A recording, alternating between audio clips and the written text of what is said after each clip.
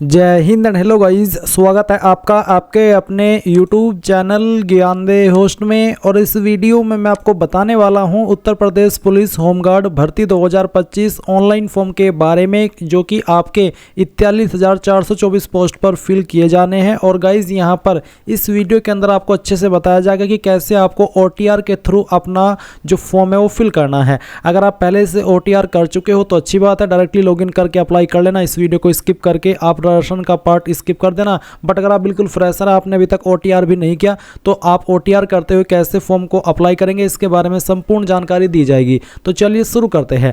अगर आपने अभी तक वीडियो को लाइक शेयर नहीं किया हो तो कर दे और चैनल को सब्सक्राइब करके बेल आइकन ऑन कर ले। फिर जो लिंक वीडियो को डिस्क्रिप्शन में दिया है आप ओपन करेंगे, आपको जानने को मिलेगा कि ये जो भर्ती है वो गाइज आपकी 41,424 पोस्ट पर निकाली है। एंड गाइज आप लोग इसके फॉर्म 18 नवंबर 2025 से लेकर के 17 दिसंबर 2025 तक भर पाएंगे। फीस की अगर बात करें तो जनरल OBC WS के लिए 400 रुपये, SC ST PWD के लिए 300 रुपये रखी गई है। एंड गाइज आपको सैलरी कितनी मिलेगी अगर उसके बारे में बात की जाए तो आपको यहाँ पर ये बोला है कि आपको वर्तमान में प्रतिदिन ड्यूटी पर उपस्थित करने पर ₹600 रुपये ड्यूटी भत्ता तथा राज्य सरकार द्वारा समय समय पर दे महंगाई भत्ता निर्धारित है, यानी कि 600 रुपये तो पर डे दिया जाएगा। और जो महंगाई भत्ता है वो भी आपको अलग से इस पोस्ट पर सिलेक्ट हो जाने के बाद में दिया जाएगा। फिर आप यहाँ पर ही जानेंगे कि कौन सी स्टेट के लिए कौन सी कैटेगरी में कितनी वैकेंसी निकाली गई है, उसकी पूरी जानकारी आपको यहाँ पर जिला वाइज अच्छे से इस नोटिफिकेशन के अंदर बताई है। आप यहाँ पर एक बार इसको जरूर चेक कर लेना। इसके बाद में यहाँ पर जो आपकी इंपॉर्टेंट डेट्स है वो आप देखेंगे 18 नवंबर से फॉर्म स्टार्ट हो रही है और जमा किए गए शुल्क के समायोजन की तिथि भी आपकी 18 नवंबर 2025 से 20 दिसंबर 2025 है, यानी कि इसमें आपको 3 दिन का एक्स्ट्रा टाइम दिया गया है। फॉर्म आप लोग 17 दिसंबर 2025 तक ही फाइनल सबमिट कर पाएंगे। आवेदन शुल्क जो मैंने अभी आपको बताया वो आप यहां पर चेक कर सकते हैं। एलिजिबिलिटी की इन्फॉर्मेशन आपको यहां पर और अच्छे से दी गई है। सिलेक्शन आपका कैसा होगा उसके बारे में इन्फॉर्मेशन यहां पर है। एंड गाइज अप्लाई करने के लिए आपसे 10वीं पास की योग्यता मांगी गई है और अप्लाई करने के लिए जो क्वालिफिकेशन मांगी है वो आपकी 10वीं पास मांगी है।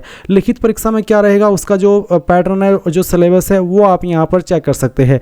तो ये सभी जानकारी आप यहाँ से चेक जैसे ही कर ले। और अगर आप इसमें अप्लाई करने के लिए एलिजिबल है, फिजिकल कंडीशन को भी देखते हुए, जिसमें कि आप देख सकते हैं पुरुष अभ्यर्थियों के लिए हाइट कितनी होनी चाहिए, सीना कितना रहना चाहिए, फीमेल के लिए कितनी हाइट होनी चाहिए, कितना सीना होना, कितना वजन होना चाहिए, क्योंकि सीने का माप फीमेल से नहीं लिया जाएगा, वो इन्फॉर्मेशन आपको यहाँ पर दी गई है। अब यहाँ पर क्या करना है, आप ये सब इन्फॉर्मेशन जैसे चेक कर ले, इंपॉर्टेंट लिंक के सेक्शन में आएंगे और applying online link through OTR इसके ऊपर क्लिक करेंगे। आपके सामने कुछ ऐसा इंटरफेस आएगा। यहाँ पर आ जाने के बाद में मैं आपको बता दूँ, अगर आपने इस पोर्टल के ऊपर जब यूपी पुलिस SI का फॉर्म आया था या फिर वैसे भी आपने इस पोर्टल के ऊपर OTR करके रखा है तो आप यहां पर लॉगिन विद अकाउंट इसके ऊपर क्लिक करेंगे। जो नंबर आपने रजिस्टर किया था वो डालेंगे या फिर ईमेल एड्रेस, अपना पासवर्ड, और यहां पर लॉगिन के ऊपर क्लिक करके लॉगिन कर लेंगे। अगर आप पासवर्ड भूल गए तो फॉरगॉट पासवर्ड के ऊपर क्लिक करना, आपका रजिस्टर्ड नंबर या ईमेल एड्रेस डालना, आपका डेट ऑफ बर्थ जो आपने फॉर्म के अंदर भरा था वो सिलेक्ट करना और प्रोसीड के ऊपर क्लिक करना। देन गाइज यहाँ पर OTP वेरिफिकेशन होगा। जैसे आप OTP वेरिफिकेशन कर लेंगे तो आपको आपके नंबर और ईमेल के ऊपर एक पासवर्ड सेंड कर दिया जाएगा, जिसका इस्तेमाल करके आप लॉगिन हो जाएंगे।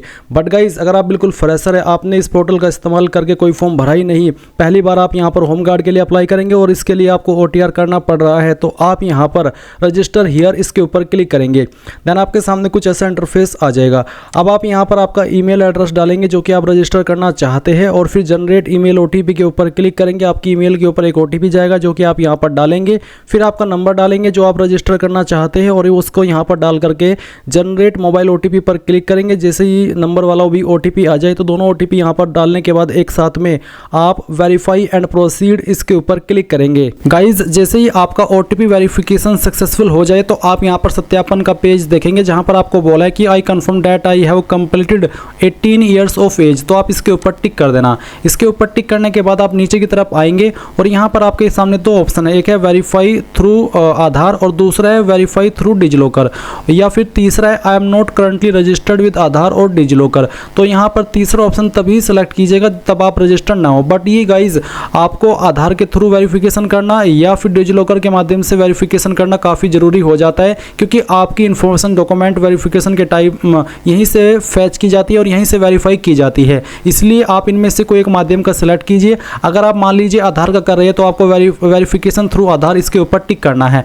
एंड देन यहाँ पर आप आपका जो आधार नंबर है वो डालेंगे या फिर आपकी जो वर्चुअल आईडी है वो डालेंगे। कोई एक चीज़ आपको यहाँ पर डालनी है और जनरेट आधार ओटीपी इसके ऊपर क्लिक करना है।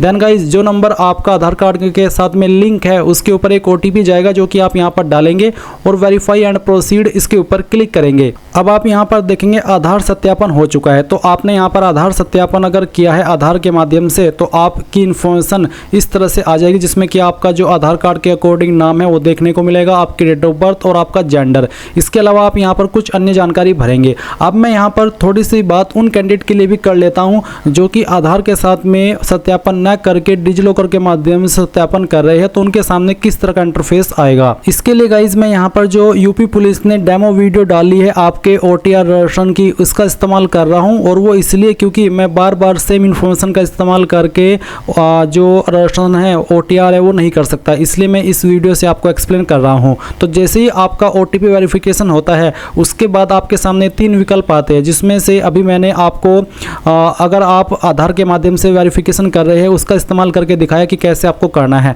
बट गाइज अगर आप इन दोनों में से आधार में से डिजिलॉकर में से किसी का भी इस्तेमाल नहीं करते तो आप तीसरे जो लाइन है ब्लू वाली इसके ऊपर क्लिक करते हैं और इसके ऊपर क्लिक करने के बाद आपको यहाँ पर इस तरह का इंटरफेस देखने को मिलता है, जहाँ पर आपको वेरिफिकेशन करना होता है या तो पैन के माध्यम से या फिर ड्राइविंग लाइसेंस के माध्यम से या फिर पासपोर्ट के माध्यम से। तो कोई एक आईडी इनमें से आपके पास होनी ही चाहिए, अगर आप ना तो डिजिलॉकर के माध्यम से सत्यापन कर रहे हैं और ना ही आधार के माध्यम से। तो जो भी आप यहाँ पर आईडी सेलेक्ट कर रहे हैं उसके बाद में आप उस डिटेल्स को भरेंगे, यानी कि उसका नंबर डालेंगे और अपना सत्यापन कर देंगे। और गाइज अगर आप यहाँ पर डिजिलॉकर के माध्यम से सत्यापन कर रहे हैं तो आपको ये जो ग्रीन लाइन है इसके ऊपर क्लिक करना होगा। इसके ऊपर क्लिक करने के बाद आपको यहाँ पर आपका आधार नंबर डालना है और आधार नंबर डालने के बाद आप ये कैप्चा कोड फिल करेंगे। कैप्चा कोड फिल करने के बाद आप नेक्स्ट के ऊपर क्लिक करेंगे। नेक्स्ट के ऊपर क्लिक करने के बाद में आप यहाँ पर देखेंगे आपको बोला है कि एक OTP, तो बेसिकली आपको यहाँ पर OTP सेंड किया गया है। तो आप यहाँ पर आपका वो जो OTP मिला है आपके नंबर के ऊपर वो OTP डालिएगा जो कि आपका आधार कार्ड के साथ में लिंक है और फिर कंटिन्यू कर दीजिएगा। फिर आप यहाँ पर एक 6 डिजिट का सिक्योरिटी पिन क्रिएट करेंगे अपनी चॉइस का, जिसका एग्जाम्पल आपको आपकी डिस्प्ले के ऊपर देखने को मिल जाएगा। तो आप यहाँ पर जैसे ही पिन क्रिएट कर ले और कंटिन्यू करें तो फिर आप यहाँ पर देखेंगे कि जो आपका डिजिलॉकर अकाउंट है वो बन चुका है और आप यहाँ पर देखेंगे आपकी सभी इन्फॉर्मेशन आ चुकी है। तो आप जिस इन्फॉर्मेशन का एक्सेस देना चाहते हैं यूपी पुलिस को उसको आप टिक कर देंगे। जैसे कि जो आपके डिटेल्स डिजिलॉकर अकाउंट के ऊपर अवेलेबल है वो आपको यहाँ पर देखने को मिलेगी। तो आपको क्या करना है, आप यहाँ पर देखेंगे नीचे की तरफ आएंगे और नीचे की तरफ आकर के आप इन सभी को सिलेक्ट कर देंगे, यानी कि जिस डिटेल को आप देना चाहते हैं उसके ऊपर टिक कर देना और फिर अलाउ कर देना। अलाउ करने के बाद में आपका यहाँ पर डिजिलॉकर के माध्यम से सत्यापन हो जाएगा। तो गाइज मैंने आपको तीनों तरीके से बता दिया कि कैसे आपको आपका सत्यापन करना है डिटेल्स का। अब मैं यहाँ पर अगेन अपनी इन्फॉर्मेशन से आपको सत्यापन करके बाकी की इन्फॉर्मेशन फिल करके दिखाने वाला हूँ। तो आपको नेशनलिटी के अंदर आना है और यहाँ पर सिटीजन ऑफ इंडिया सेलेक्ट कर लेना है। इसके बाद में आप यहाँ पर देखेंगे मैट्रिकुलेशन हाई स्कूल प्रमाण पत्र में पूरा नाम, आपका जो 10th का सर्टिफिकेट है उसके अंदर पूरा नाम क्या है वो पूरा नाम आपको यहाँ पर एंटर करना है। वही नाम डालिएगा जो आपका 10th के सर्टिफिकेट के अंदर हो। अगर 10th के सर्टिफिकेट के अंदर अलग नाम है तो आप अलग नाम यहाँ पर भरिएगा। फिर जो आपका डेट ऑफ बर्थ है वो जो भी है डेट ऑफ बर्थ आपके 10th के सर्टिफिकेट के अंदर वो डेट ऑफ बर्थ आपको यहाँ पर एंटर कर देना है। तो इस तरह से आपको यहाँ पर एंटर करना होगा। एंड देन आप यहाँ पर देखेंगे जेंडर, तो आपको आपका जेंडर सेलेक्ट कर लेना है। फिर यहाँ पर जो भी आपका फादर नेम है वो आप एंटर करेंगे। फादर नेम को दोबारा डाल करके वेरीफाई कर देंगे। फिर आपको प्रोसीड के ऊपर क्लिक करना है। इसके बाद आपके सामने यहाँ पर कुछ ऐसा इंटरफेस आएगा जहाँ पर आपको पासवर्ड क्रिएट करने को बोला है। और गाइज मैं आपको बता दूँ, अगर आपकी डिटेल्स आधार के साथ में मैच नहीं हो रही है और आपको उसको मैच करानी है तो अभी के लिए आप यहाँ पर आई एग्री कर दीजिए कि मुझे पता है कि मेरी डिटेल आधार के साथ में मैच नहीं हो रही है, क्योंकि मेरी आधार कार्ड के साथ में नाम DOB अलग है और मेरे 10th के सर्टिफिकेट में डिटेल्स अलग है। तो आप आगे उसके बावजूद भी बढ़ सकते हैं। बाद में चाहे तो आप आपकी डिटेल्स 10th के सर्टिफिकेट के अकॉर्डिंग करा लीजिएगा। तो आप यहाँ पर आपका पासवर्ड क्रिएट करेंगे। पासवर्ड आपका कैसा है उसका एक डेमो आप यहाँ पर देख लीजिए। पासवर्ड के अंदर इंग्लिश का कैपिटल लेटर, स्मॉल लेटर, कोई एक स्पेशल कैरेक्टर और साथ ही डिजिट, कुछ कुछ इस तरह का पासवर्ड आपको बनाना है, जिसमें कि जैसे कि मैंने बताया कि छोटा अक्षर भी होना चाहिए, बड़ा अक्षर भी होना चाहिए, डिजिट भी होना चाहिए और कोई स्पेशल कैरेक्टर भी होना चाहिए।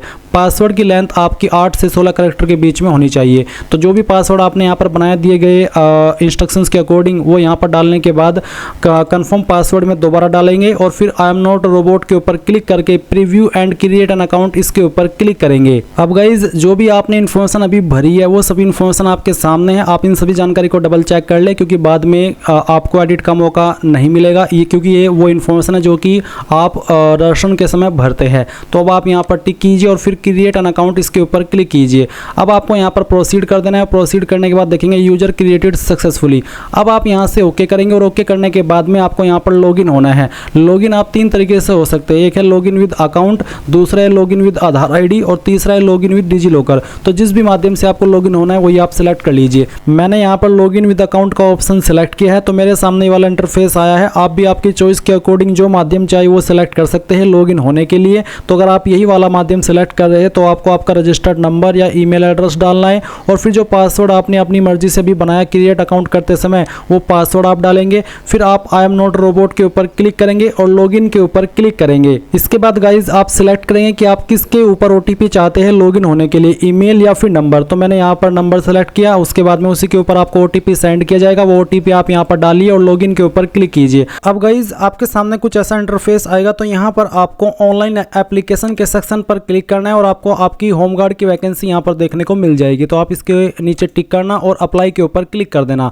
अप्लाई के ऊपर क्लिक करने के बाद यहाँ पर आपके सामने वो सब इन्फॉर्मेशन आएगी जो कि आपने ओटीआर करते समय भरी थी और इसमें आपको मदर्स नेम ऐड करना है। तो जो भी आपकी माताजी का नाम है वो आप 10th के सर्टिफिकेट के अकॉर्डिंग यहाँ पर फिल कर देना और फिर आपको मेंटल स्टेटस बताना है, मैरिड हो, अनमैरिड हो, डाइवोर्स्ड हो, विडो विडोवर हो, जो भी है आपका स्टेटस वो आप सिलेक्ट कर लीजिए। इसके बाद में सवाल पूछा कि क्या आप उत्तर प्रदेश के मूल निवासी है, are you domicile of UP. अगर आप निवासी है तो यस करना। अगर ये आप यस करेंगे तो फिर आप रिजर्वेशन का फायदा ले पाएंगे। अगर आप इसमें नो करेंगे तो बोला है कि चूंकि आप उत्तर प्रदेश के मूल निवासी नहीं है इसलिए आप इस पद के लिए आवेदन करने के पात्र नहीं है, जिसका मतलब ये हो जाता है कि आप उत्तर प्रदेश के निवासी होना अनिवार्य है यूपी होमगार्ड की वैकेंसी पर अप्लाई करने के लिए। तो यहाँ पर यस करेंगे। यस करने के बाद में पूछा है मूल निवास डोमिसाइल प्रमाण पत्र जारी करने वाले जिला, यानी कि कौन से जिले से आपने आपका निवास प्रमाण पत्र जारी किया है, कौन से जिले के आप निवासी है, वो जिला आपको यहाँ पर सेलेक्ट कर लेना है। फिर पूछा है डोमिसाइल प्रमाण पत्र जारी करने वाला उत्तर प्रदेश राज्य का प्राधिकारी, किस पोस्ट के अधिकारी ने उसको जारी किया है। ये certificate generally ADM, city magistrate, DM, SDM, tehsildar, इन पोस्ट के अधिकारी द्वारा जारी होता है। तो जो आपका निवास प्रमाण पत्र है उसमें आपको जहां पर मोहर लगी हुई होती है वहीं पर सक्षम अधिकारी के बाद में लिखा होता है उस पोस्ट का नाम जिसने उसको जारी किया है। तो वहां पर वो चेक करना है और उसी पोस्ट को सिलेक्ट कर लेना है। उसके बाद में किस डेट में आपने इसको जारी कराया है वो डेट आप यहां पर सिलेक्ट कर लेंगे और फिर आपको यहां पर बताना है डोमिसाइल सर्टिफिकेट एप्लीकेशन नंबर। ये आपको आपके सर्टिफिकेट के ऊपर लेफ्ट साइड में देखने को मिलता है। पहले आप एप्लीकेशन नंबर डालेंगे और उसके बाद में सीरियल नंबर, प्रमाण पत्र संख्या अलग होती है और क्रमांक संख्या अलग होती है। तो आपको यहाँ पर पहले एप्लीकेशन नंबर डालना है और उसके बाद में सीरियल नंबर फिल कर देना है। फिर आती है कास्ट कैटेगरी, अनरिजर्व्ड यानी कि general, SC ST OBC WS जो भी है वो आप सिलेक्ट कर लेंगे। अगर आप OBC सिलेक्ट करते हैं तो आपके सामने कुछ ऐसा इंटरफेस आएगा। तो आप I understand and I agree इसके ऊपर क्लिक करेंगे, जहां पर आपके सामने इस तरह से विकल्प आएंगे जिसमें कि पहले पूछेगी क्षेत्र प्रमाण पत्र जारी करने वाला जिला, किस जिले के द्वारा जारी हुआ है आपका प्रमाण पत्र वो आप सिलेक्ट करेंगे। उसके बाद में आपको बताना है कि कौन से पोस्ट के अधिकारी ने इसको जारी किया है। फिर आपका जो इशू डेट है सर्टिफिकेट का वो आप सिलेक्ट कर लेंगे। सर्टिफिकेट का एप्लीकेशन नंबर डालेंगे और उसका सीरियल नंबर भी यहाँ पर डाल देंगे। अगर आपकी कैटेगरी SC ST है तो भी आपके सामने इस तरह से ऑप्शन आएंगे जो कि आप यहाँ पर देख सकते हैं। सेम इंटरफेस रहेगा जहाँ पर आपको आपका जिला बता रहे हैं कि कहाँ से आपका कास्ट सर्टिफिकेट इशू हुआ है, फिर कौन से पोस्ट के अधिकारी ने उसको जारी किया है, किस डेट में जारी हुआ है, फिर आपका कैटेगरी सर्टिफिकेट एप्लीकेशन नंबर और सीरियल नंबर। तो जो भी आपकी डिटेल्स है ये सब आपको यहाँ पर भर देनी है। इसके बाद आपके सामने एड्रेस की इन्फॉर्मेशन आएगी। तो यहाँ पर गाइस जो आपका प्रेजेंट एड्रेस है पहले आप वो फिल करेंगे। तो आपको पहले आपकी स्टेट बतानी है, फिर आपका डिस्ट्रिक्ट बताना है, एड्रेस आप यहाँ पर इस सेक्शन में भर देंगे। आपका नज़दीकी पुलिस स्टेशन कौन सा है वो आप यहाँ पर लिखेंगे और पिन कोड क्या है वो भी आप यहाँ पर डाल देंगे। इस तरह पे आपका परमानेंट एड्रेस।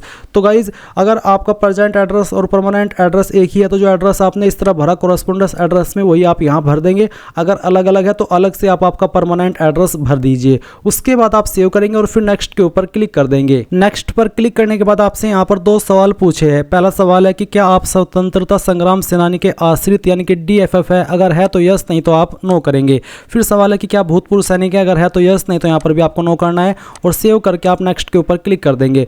अब आप क्वालिफिकेशन की जानकारी भरेंगे, क्योंकि मैंने पहले से OTR करके रखा है तो मेरी 10वीं की इन्फॉर्मेशन यहाँ पर भरी हुई है। अगर आप पहली बार OTR करके इसमें इन्फॉर्मेशन भरेंगे तो आपको यहाँ पर ऐड के ऊपर क्लिक करके आपकी 10वीं की इन्फॉर्मेशन ऐड करनी होगी, जिसमें कि आप बोर्ड नेम बताएंगे कि कौन से बोर्ड से आपने आपकी 10वीं की है, फिर किस साल के अंदर पास की वो आपको सेलेक्ट करना होगा, 10वीं का रोल नंबर डालना होगा और फिर सर्टिफिकेट सीरियल नंबर भी आप यहाँ पर भरेंगे और ऐड के ऊपर क्लिक करके उसको ऐड कर देंगे। उसके बाद आप यहाँ पर इसमें नेक्स्ट के ऊपर क्लिक कर देंगे, क्योंकि इस पर अप्लाई करने के लिए सिंपल 10वीं पास की योग्यता मांगी है। अब आपके सामने यहाँ पर इस तरह का ऑप्शन आएगा। बेसिकली आप यहाँ पर इसमें आपका लाइव फोटो अपलोड करेंगे। गाइज यहाँ पर आपको आपका जो कास्ट सर्टिफिकेट है वो भी अपलोड करना है, डोमिसाइल सर्टिफिकेट अपलोड करना है, 10th का सर्टिफिकेट अपलोड करना है, 10th की मार्कशीट भी अपलोड करनी है। तो आप यहाँ पर अपलोड के ऊपर क्लिक करेंगे और जानेंगे कि आपके जो फाइल का फॉर्मेट है वो PDF का होना चाहिए और साइज 1 MB से कम। अब अगर ये आपकी इमेज फॉर्मेट में है तो आप उसको PDF में कैसे बनाएंगे जान लीजिए।